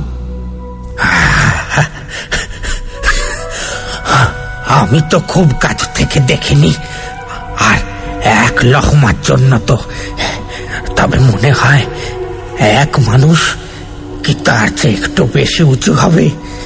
রাম রাম রাম রাম রাম রাম রাম রাম। স্লেটটা ধার নিয়ে গেলাম শ্যামাচরণের কাছে। সে মাঠে কাজ করছিল। আমার ছবি দেখে সে আমার শিল্প প্রতিভার উচ্ছ্বসিত প্রশংসা করতে লাগলো, আর তারও মতে দেখলুম সেটা এক মানুষ সমান উঁচু হবে, আর চোখের পলকে ছুটে বেরিয়ে যায়। শরীরটা যতই ভারী দেখাক না কেন, অবিশ্বাস্য তার গতিবেগ। শ্যামাচরণের কাছ থেকে ফিরে আসতে আসতে দেখলাম মনটা কেমন অসাড় হয়ে যাচ্ছে। এটা কি দুঃস্বপ্ন? এতে কোনো সন্দেহ থাকতে পারে না যে নীলকণ্ঠ আর শ্যামাচরণ আলাদা আলাদা সময় সাদা চোখে, অবশ্য আবছায়া অন্ধকারে, একটা অতিকায় সরীসৃপের অবয়ব দেখেছে। তারা মিথ্যে কথা বলছে না, কারণ আমার মতো ঘাঘু উকিলকে এরকম পর্বত প্রমাণ ধাপ্পা দেওয়া তাদের সাধ্যের বাইরে। তাছাড়া এতে এদের কোনো স্বার্থও থাকতে পারে না। তাহলে এরকম একটা জীব দিন 20-22 কোথায় লুকিয়ে থাকে? চারদিকে যে জঙ্গল আছে সেগুলো এমন কিছু মারাত্মক গভীর, বা সেখানে একদম যে কোনো লোকজন চলাচল করে না তা তো নয়। আর জঙ্গলের দিকে যারা থাকে তারা তো তেমন মরেনি, বরং বেশি মারা গেছে তারা যারা গ্রামের ভেতরের দিকে থাকে। অতএব ধরে নিতে হয় প্রাণীটি গ্রামের ভেতরেই কোথাও লুকিয়ে আছে। কিন্তু সকলের দৃষ্টি এড়িয়ে সে থাকে কোথায়? কেউ কি তাকে লুকিয়ে রাখে? আর দিন 20-22 অন্তর সে ক্ষুধার্ত হলে তাকে ছেড়ে দেয়? তাহলে নিশির ডাক, সেটা যদি সত্যি হয় তাহলে বলতে হবে কেউ সেই সরীসৃপটি সঙ্গে নিয়ে বেরোয়, তাকে শিকার ধরে নিতে সাহায্য করে। কিন্তু সে কে? আর এরকম একটা অতিকায় সরীসৃপ লুকিয়ে রাখার মতো জায়গাই বা কোথায়? তাহলে কি জমিদার বাড়ি? অসম্ভব নয়। ও বাড়ির তো মাত্র একটা অংশে চন্দ্রশেখর থাকে, আর বেশিরভাগ অংশই তো তালা বন্ধ হয়ে পড়ে থাকে। ওদিকে কি কিছু আছে?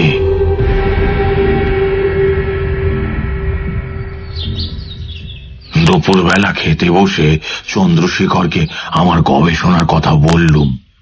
চন্দ্রশেখর স্থির উজ্জ্বল দৃষ্টিতে সব কথা শুনল, কিন্তু কোনো মতামত প্রকাশ করল না। খাওয়া শেষ হলে অন্দরের ভেতরে গিয়ে একটু বাদেই বেরিয়ে এলো এক হাতে একটা রাইফেল আর অন্য হাতে একটা চাবির গোছা নিয়ে। বলল, চলো অন্য মহলগুলো একটু খুঁজে দেখি। চলো। বসন্ত কাছেই ছিল, সেও জুটে গেল।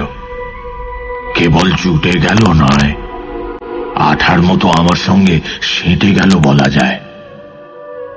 কিন্তু কোনো লাভ হলো না, কিছুই পাওয়া গেল না।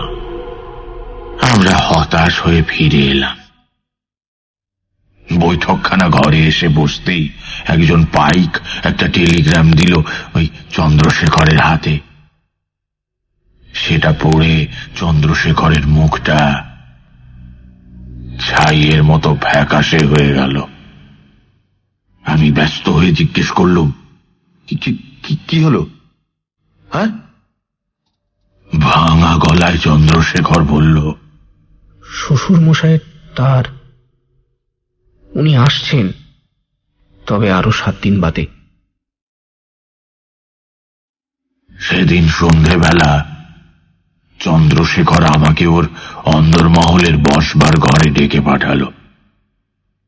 ঘরে ঢুকে দেখি ঘরের মাঝখানে চন্দ্রশেখর দাঁড়িয়ে রয়েছে। মুখটা লাল টকটক করছে, আর এক কোণে পেছন ফিরে গোমটা টানা একটি মেয়ে। বুঝলাম সুমিত্রা। আর এও বুঝতে পারলাম দাম্পত্য কলহে কিছুতেই জিততে না পেরে চন্দ্রশেখর আমাকে ডেকে পাঠিয়েছে সাহায্যের জন্য। চন্দ্রশেখর আমাকে দেখে চাপা গলায় বলল, তোমার বৌঠানকে একটু বুঝি বলো তো চিত্তপ্রসাদ, যে আজ রাত্রে তার পক্ষে এ গ্রাম ছেড়ে যাওয়া সম্ভব নয়, কোনো মতেই সম্ভব নয়। ঘোমটার আড়াল থেকে রাগী কণ্ঠে প্রশ্ন এলো, কেন সম্ভব নয়? সম্ভব করলেই সম্ভব। রাগী কণ্ঠে প্রশ্ন বললাম বটে, কিন্তু কি গলা! মনে হলো যেন একটা সেতার বেজে উঠল। এমন একটা আশ্চর্য মিষ্টি সুরেলা গলা আজ পর্যন্ত আর শুনিনি। আবার সেতার বেজে উঠল। কারো সাহায্য দরকার হতো না। পাটা যদি না মচকাতো তাহলে আমি একাই হেঁটে চলে যেতাম। তোমার পা মচকায়নি, হাড় ফেটে গেছে। এই অবস্থায় গরুর গাড়ি করে এই অন্ধকারে কখনো কি কারোর যাওয়া সম্ভব? মেয়ে মানুষের কথা বাদ দাও, কোনো পুরুষ মানুষই কি এরকম অবস্থায় যেতে পারে? কেন তুমি এরকম করছো? তুমি আমাকে বিশ্বাস না করো, ঘরে খিল দিয়ে থাকো, বাইরে 10টা পাইক বসিয়ে দিচ্ছি। না না না, আমি তোমাকে বিশ্বাস করি না, তোমার পাইকদের বিশ্বাস করি না, কাউকে না। ধাইমা মারা গেছেন, এবার বোধহয় আমার পালা। এমন ভাবে পড়ে পড়ে আমি মরতে পারবো না। আমি চলে যাব, আজই চলে যাব। চন্দ্রশেখর আমার দিকে ফিরে বলল, আতঙ্কের এমন ভয়ঙ্কর রূপ এর আগে কখনো দেখেছো চিত্তপ্রসাদ? আমি কিন্তু তখন অন্য কিছু দেখছিলাম। মনে মনে একটা কুৎসিত ছবি এঁকে ফেলেছিলাম। আমি মোটামুটি শিক্ষিত লোক, ভদ্র সন্তান, একটা আদর্শের অনুগামী, যে আদর্শের একটা প্রধান ভিত্তি হচ্ছে সচ্চরিত্রতা। কিন্তু সেই আমার মনের মধ্যে অদ্ভুত কলুষিত চিন্তা অবচেতনের ক্লেদাক্ত গহ্বর থেকে সাপের মতো ফনা তুলে দাঁড়ালো। সুমিত্রার গলা শুনে আমার মাথার মধ্যে কেমন সব গোলমাল হয়ে গেল। আমি ভাবলাম, সুমিত্রা শুনেছি অপরূপ সুন্দরী, এমন কণ্ঠস্বর যার, সে অসাধারণ না হয়ে যায় না। তার উপর তার পা ভাঙা, অতএব প্রায় চলশক্তিহীন বলা চলে। একটা মাতাল গাড়োয়ানের গাড়িতে একে নিয়ে অন্ধকার পথ দিয়ে যাওয়ার সুযোগ একটা পুরুষ মানুষের জীবনে 2 বার আসে না। চন্দ্রশেখর জাহান্নামে যাক, এমন সুযোগের সদ্ব্যবহার করব না, এমন নির্বোধ বন্ধু আমি নই।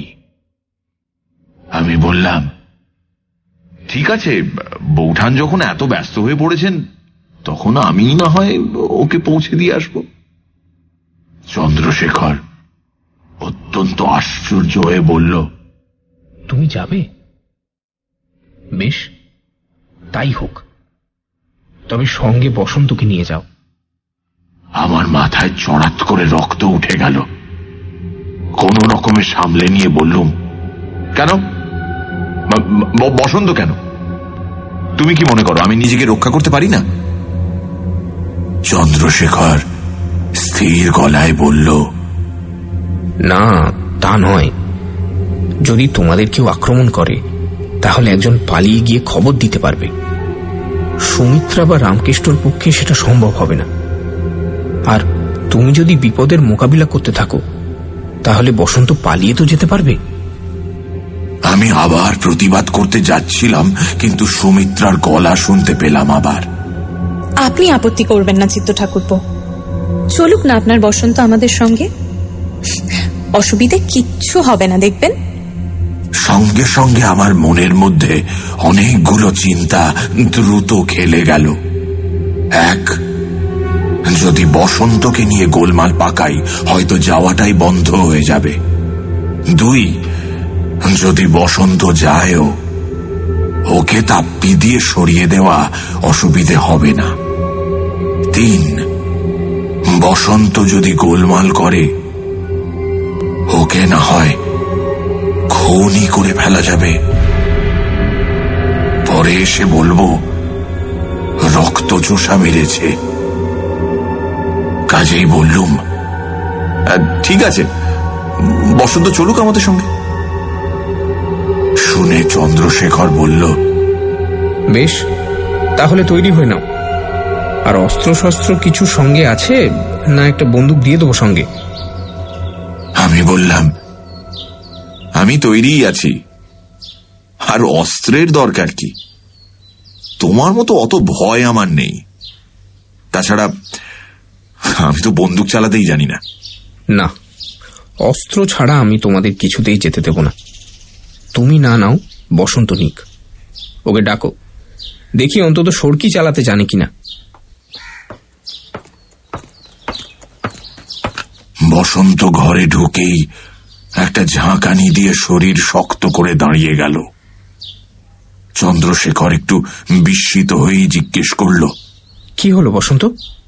বসন্ত একটা অস্বাভাবিক গম্ভীর গলায় বলল, গন্ধটা বড্ড বেশি।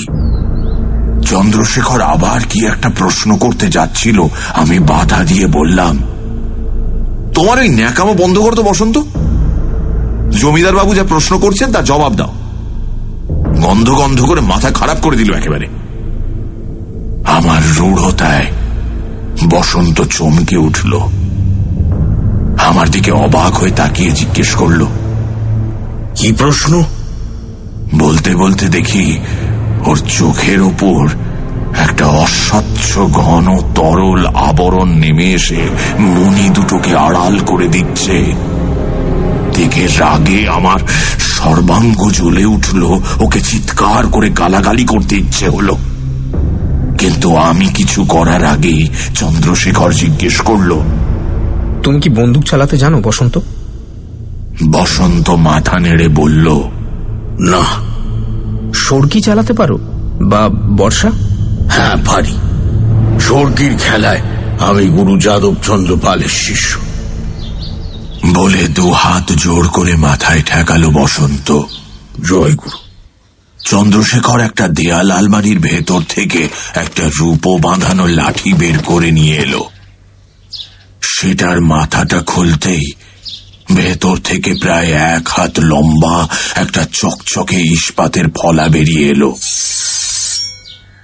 সেই প্রাণঘাতী অস্ত্রটাকে বসন্তের হাতে ধরিয়ে দিয়ে চন্দ্রশেখর জিজ্ঞেস করল, এটা ব্যবহার করতে পারবে? এটা আমার ঠাকুর দাদার গুপ্তি, তার বংশের মর্যাদা রেখেছে অনেকবার। বসন্ত গুপ্তিটা ভক্তি ভরে নাড়াচাড়া করে বলল, হ্যাঁ, এই অস্ত্র ব্যবহার করতে পারবো, কিন্তু কেন, কোথায় ব্যবহার করতে হবে? এবার আমি কথা বললাম, বউ ঠাকুরানী আজ এক্ষুনি বাপের বাড়ি যাবেন, গরুর গাড়িতে যাবেন, সঙ্গে আমি থাকব, তোমাকে সঙ্গে যেতে হবে। বসন্ত দৃঢ়ভাবে ঘাড় নাড়ল, বলল, না, আপনার যাওয়া হতে পারে না রায়বাবু। গন্ধটা আজ বড্ড বেশি, আর আপনার ভেতরে, সে কথা থাক, আমি আপনাকে কিছুতেই যেতে দেব না। বসন্তের কথায় রাগে আমার মাথায় রক্ত উঠে গেল। আমি চিৎকার করে বললুম, তুমি আমায় যেতে দেবে না? কোথাকার লাট সাহেব তুমি? তুমি না যাও, এই গুপ্তি নিয়ে আমি একাই যাব। ওটা দাও আমাকে, দাও। বসন্ত বিনা বাক্য ব্যয়ে অস্ত্রটা আমার হাতে দিয়ে দিল, কিন্তু আমি সেটা ভালো করে ধরার আগেই চন্দ্রশেখর আমার হাত থেকে টেনে নিল সেটা। বলল, না না চিত্তপ্রসাদ, এই জিনিস চালানো বড় সহজ নয়। কায়দা জানা না থাকলে নিজেই আহত হয়ে পড়বে, এমনকি কোনো গুরুতর বিপদ ঘটে যাওয়াও কিছু অসম্ভব নয়। তারপর বসন্তের দিকে তাকিয়ে বলল, যাও না বসন্ত, আমি বউ ঠাকুরানীকে কথা দিয়েছি যে তাকে আজ বাপের বাড়ি রওনা করিয়ে দেবই। বসন্ত ঘাড় নিচু করে বলল, না জমিদার বাবু, সেটা অসম্ভব। তখন ঘরের কোণ থেকে আবার সেই শততন্ত্রী বীণা বেজে উঠল। কিন্তু যেতে যে আমাকে হবেই বসন্ত, তুমি না নিয়ে গেলে আমি যাব কি করে বলো? ঘরে যে একজন তৃতীয় ব্যক্তি রয়েছেন সেটা এতক্ষণ বসন্ত বুঝতে পারেনি। সুমিত্রার গলা শুনে আগের মতো ঘাড় নিচু করেই একটু অস্বস্তি ভরা গলায় বলল, আমাকে ক্ষমা করবেন মা, আমি বুঝতে পারিনি আপনি ঘরেই আছেন। তবে ছেলের বেয়াদবি মাফ করবেন, আমি কিছুতেই যাব না, রায়বাবুকেও যেতে দেব না। মানে আমি জীবিত থাকতে উনি যেতে পারবেন না। শুনে আমি বলতে গেলুম যে জীবিত তুমি থাকবে না, কিন্তু তার আগে সুমিত্রা বলে উঠল, আমার অনুরোধ তুমি রাখবে না বসন্ত? বলতে বলতে এসে বসন্তর সামনে দাঁড়ালো। বসন্ত যথারীতি চোখ নিচু করে বলল, না বউ ঠাকুরুন, আমায় মাফ করতে হবে, আজ গন্ধটা বড্ড বেশি। তখন সুমিত্রা একটা অদ্ভুত কাজ করল, এমন কাজ যা সে যুগে কোনো জমিদার বাড়ির বউয়ের পক্ষে করা শুধু অদ্ভুতই নয়, অসম্ভব ছিল। বসন্তের সামনে সে মুখের ঘোমটা সরিয়ে পিঠের ওপর ফেলে দিল, বলল, আমার মুখের দিকে তাকাও বসন্ত, বলো আমাকে এখান থেকে উদ্ধার করবে না? আমি আর চন্দ্রশেখর স্তম্ভিত বিস্ময়ে সুমিত্রার দিকে চেয়ে রইলুম। সে কি আশ্চর্য রূপ!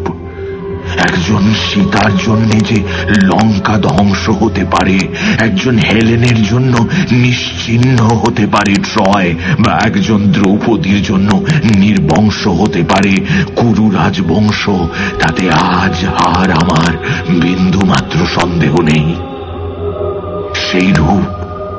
সেই রূপ আমার সর্বাঙ্গে বাসনার আগুন জ্বালিয়ে দিল। ইচ্ছে হলো এই দেবভোগ্য সৌন্দর্যে অধিকার শুধু আমার। চন্দ্রশেখর আর বসন্ত দুজনকে গলা টিপে মেরে একে বুকে নিয়ে অন্ধকারে পালিয়ে যাব। কেউ বাধা দিতে এলে শেষ করে দেব তাকেও। আমার এই চিন্তার মধ্যেই সুমিত্রা আবার বিনায় ঝংকার তুলল, তাকাও বসন্ত, আমার দিকে তাকাও। চোখ নামানো অবস্থায় বসন্ত আস্তে আস্তে মুখ তুলে ঘোলাটে চোখ রাখল সুমিত্রার মুখে। এক মুহূর্ত, তারপরেই মাতালের মতো তীক্ষ্ণ তীব্র চিৎকার করে উঠল, কে তুমি? কে তোমাকে এখানে এনেছে? চন্দ্রশেখর এক পায়ে গিয়ে বিস্ময় কম্পিত গলায় বলল, উনি বউ ঠাকুরানী বসন্ত, উনি বাপের বাড়ি যাবেন। বাপের বাড়ি? কোথায় বাপের বাড়ি? ওর বাপের বাড়ি গঙ্গা যমুনা গ্রামে, এখান থেকে দুদিনের রাস্তা। গঙ্গা যমুনা গ্রাম? দুদিনের রাস্তা? ওর বাপের বাড়ি নরকে জমিদার বাবু, পৃথিবীর পেটের মধ্যে পাতালে, যেখানে গনগন করে আগুন জ্বলছে। এই পিশাচিরা উঠে আসে সেখান থেকে। এরা যা কিছু ছোঁয় তাই অপবিত্র হয়, যার দিকে তাকায় সেই অপবিত্র হয়ে যায়। এদের পেশাতির লালসার, এদের তৃপ্তি মৃত্যু আর ধ্বংসে। এদের গলার মধ্যে বিষ জমে ওঠে। সেই বিষ ঠেলে একটা প্রাণ না নিলে এরা নিজেরাই সেই বিষের জ্বালায় জ্বলে মরে। তোর তো সেই বিষ ঢালার সময় হয়ে এলো না শয়তানি? এই বাড়ির মধ্যে পাইপ পেয়াদায় আটকা পড়ে ঠ্যাং ভেঙে অসুবিধা হচ্ছে, তাই না? তাই ভেবেছিস বাইরে গিয়ে একজনের ওপর বিষ ঢালবি, তাই এত আকুলি বিকুলি, এত ছটফটানি। আমি বসন্তের কথা শুনে রাগে দিশেহারা হয়ে সামনের দিকে ছুটে যাচ্ছিলুম ওকে মারবো বলে। চন্দ্রশেখর আমাকে পেছন থেকে টেনে ধরল, নিঃশব্দে আঙুল দিয়ে সুমিত্রার পায়ের দিকটা দেখালো, যেখানে একটু আগে দেখেছিলুম এক জোড়া রাঙা পদ্মের মতো পা। সেখানে কি দেখলুম? বসন্ত তখনও বলে চলেছে, তার হতে দিচ্ছি না, আমি তোকে কিছুতেই বেরোতে দেব না। তুই নিজের বিষে চলে পুড়ে মরবি, তাই আমি দেখব। আমি মরবো না রে, মরবি তুই।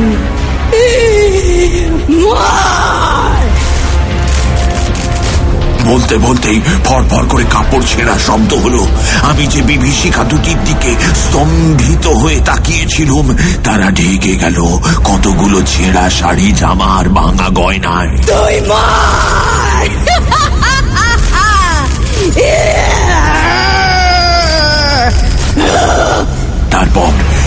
তারপর একসঙ্গে দুটো শব্দ শুনলাম, একটা বসন্তের ক্ষীণ হাহাকার আর একটা খ্যাক করে আওয়াজ।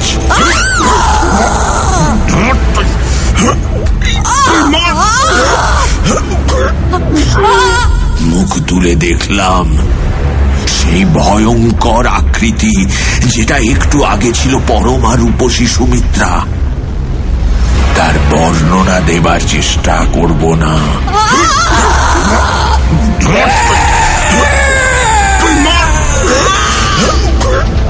সেই ভীষণ আকার একটা শরীর মৃত্যু যন্ত্রণায় আছাড়ি বিছাড়ি খাচ্ছে। তার গলায় চন্দ্রশেখরের হাতের গুপ্তিটা আমূল গাঁথা। আমি সম্মোহিতের মতো দাঁড়িয়ে রইলুম আর দেখতে লাগলুম সেই অতিকায় বিভৎস মুখটা আকাশের দিকে উঁচু হয়ে খাবি খেতে খেতে আস্তে আস্তে স্থির হয়ে নেতিয়ে পড়ল।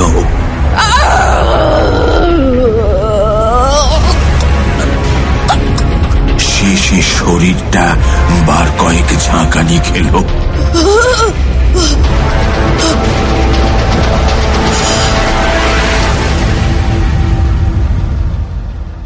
তারপর সব স্তব্ধ,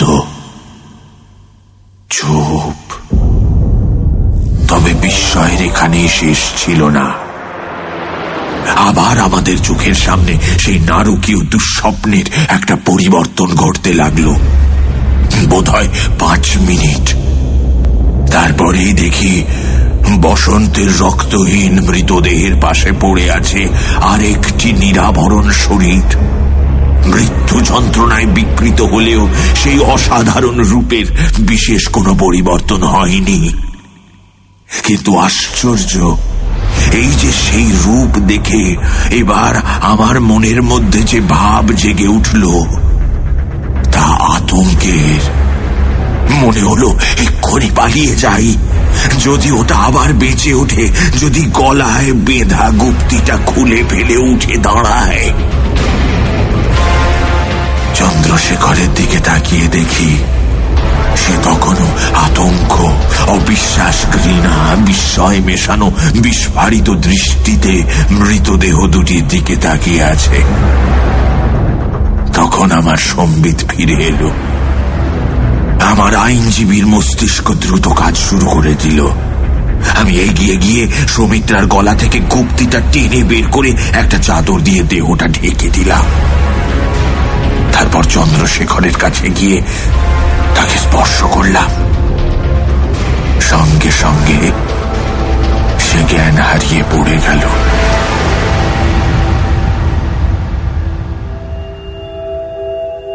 চন্দ্রশেখরের যখন জ্ঞান ফিরে এলো তখন তার মুখের দিকে তাকিয়ে মনে হলো যেন সে দীর্ঘকাল কোনো দুরারোগ্য অসুখের পর সদ্য সুস্থ হয়েছে। ক্লান্ত অবসন্ন গলায় বলল, ব্যাপারটা যে এরকমই কিছু সে সন্দেহ আমার বেশ অনেক দিনই হয়েছিল। মৃত্যুগুলো যে রাত্রে ঘটত সেই রাত্রিগুলোর কোনো স্মৃতি আমার থাকতো না। সেই রাত্রিগুলোর 2-1 দিন আগে থেকেই সুমিত্রা কেমন অদ্ভুত ভাবে ছটফট করে বেড়াতো। ওর গায়ে আমি কতগুলো কাটা এবং আঁচড়ের দাগ দেখেছি যেগুলোর কোনো উপযুক্ত ব্যাখ্যাও দিতে পারেনি। আর যেদিন বাঁদরটা মারা পড়ল সেদিন ওর পায়ের হাড় ভাঙার কোনো কারণই খুঁজে পাচ্ছিলাম না। বাথরুমে পড়লে ওরকম হতে পারে না।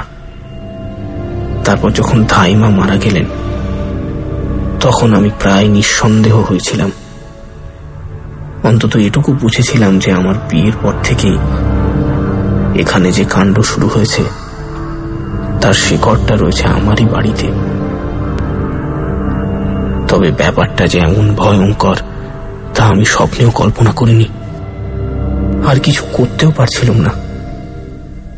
কেমন যেন সম্মোহনের মধ্যে ছিলুম। তবে আমার অবচেতন বোধহয় তৈরি হচ্ছিল। তাই আজ চোখের সামনে ওই দৃশ্য দেখেই আমার হাত গুপ্তিটা ছুঁড়ল লক্ষ্যস্থলে। কিন্তু তাকে আমার বোধ শক্তি চালায়নি, চালিয়েছে আমার মগ্ন চৈতন্য।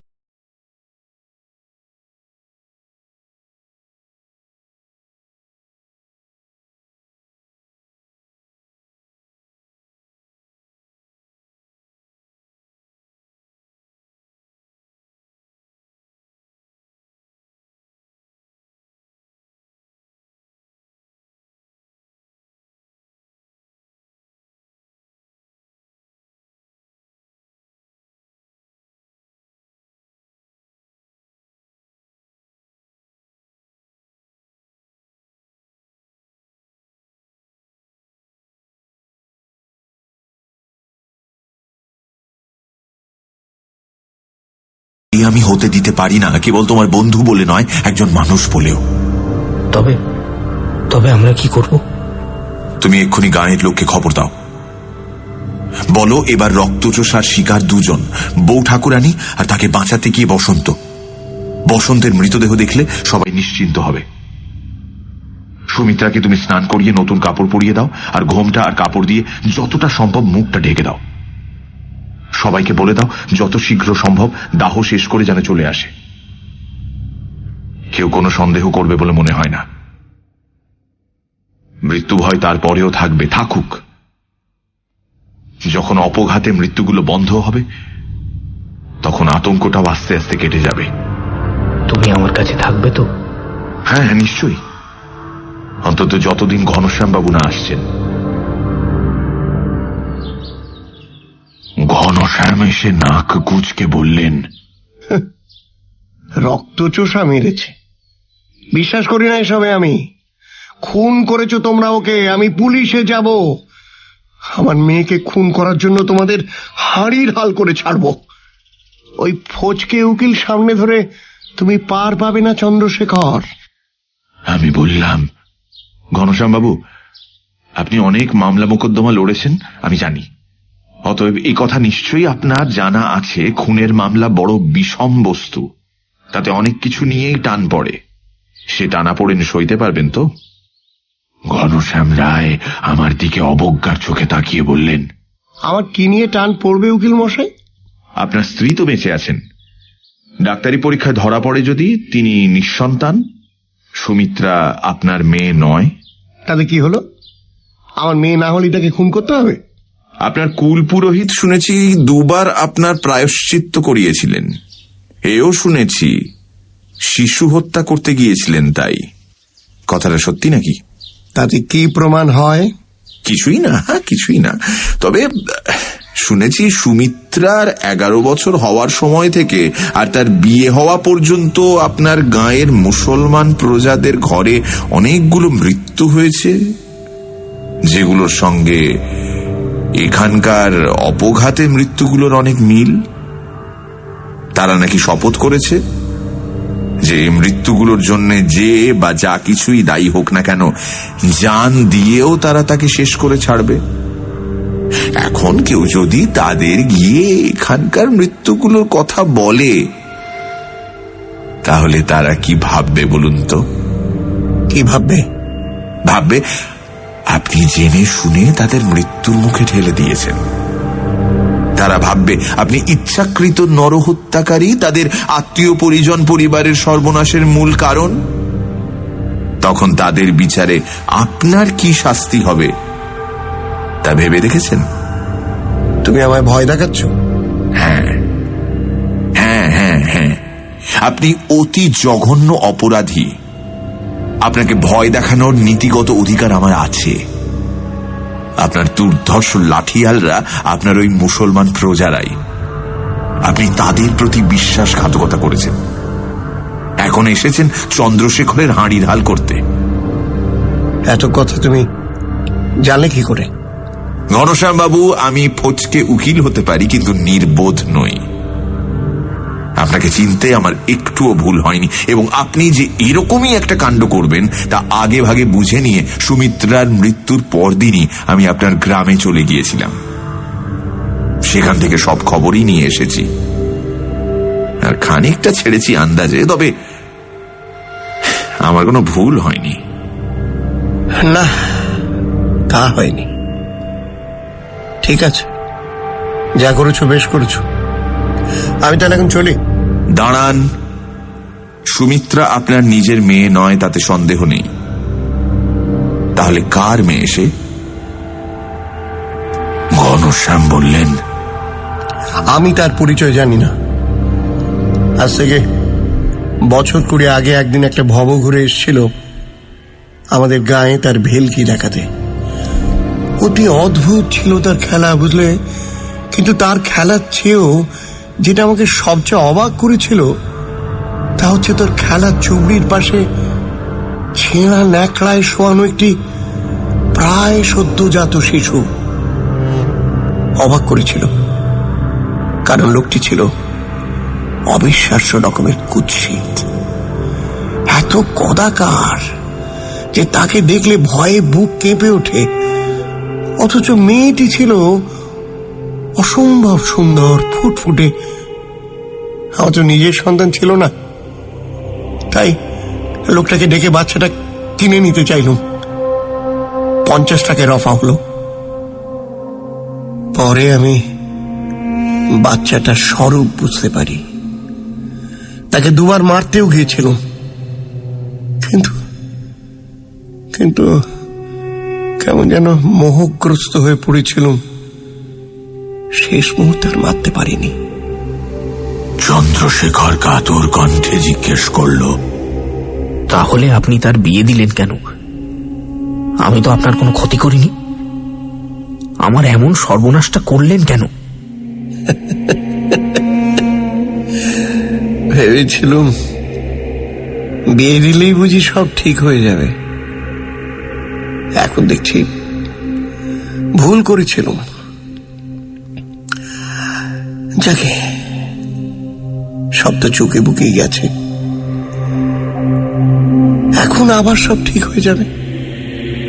চন্দ্রশেখর ক্লান্ত গলায় বলল, হবে কি, বসন্ত যা বলে গেছে তা যদি ঠিক হয় তবে তো এরা আবার উঠে আসবে, আর আপনার মতো লোক যদি পায় তবে তাকে আশ্রয় করে আবার এরা নিয়ে আসবে কাল রাত্রি। তবে বসন্তের মতো লোকও নিশ্চয়ই থাকবে।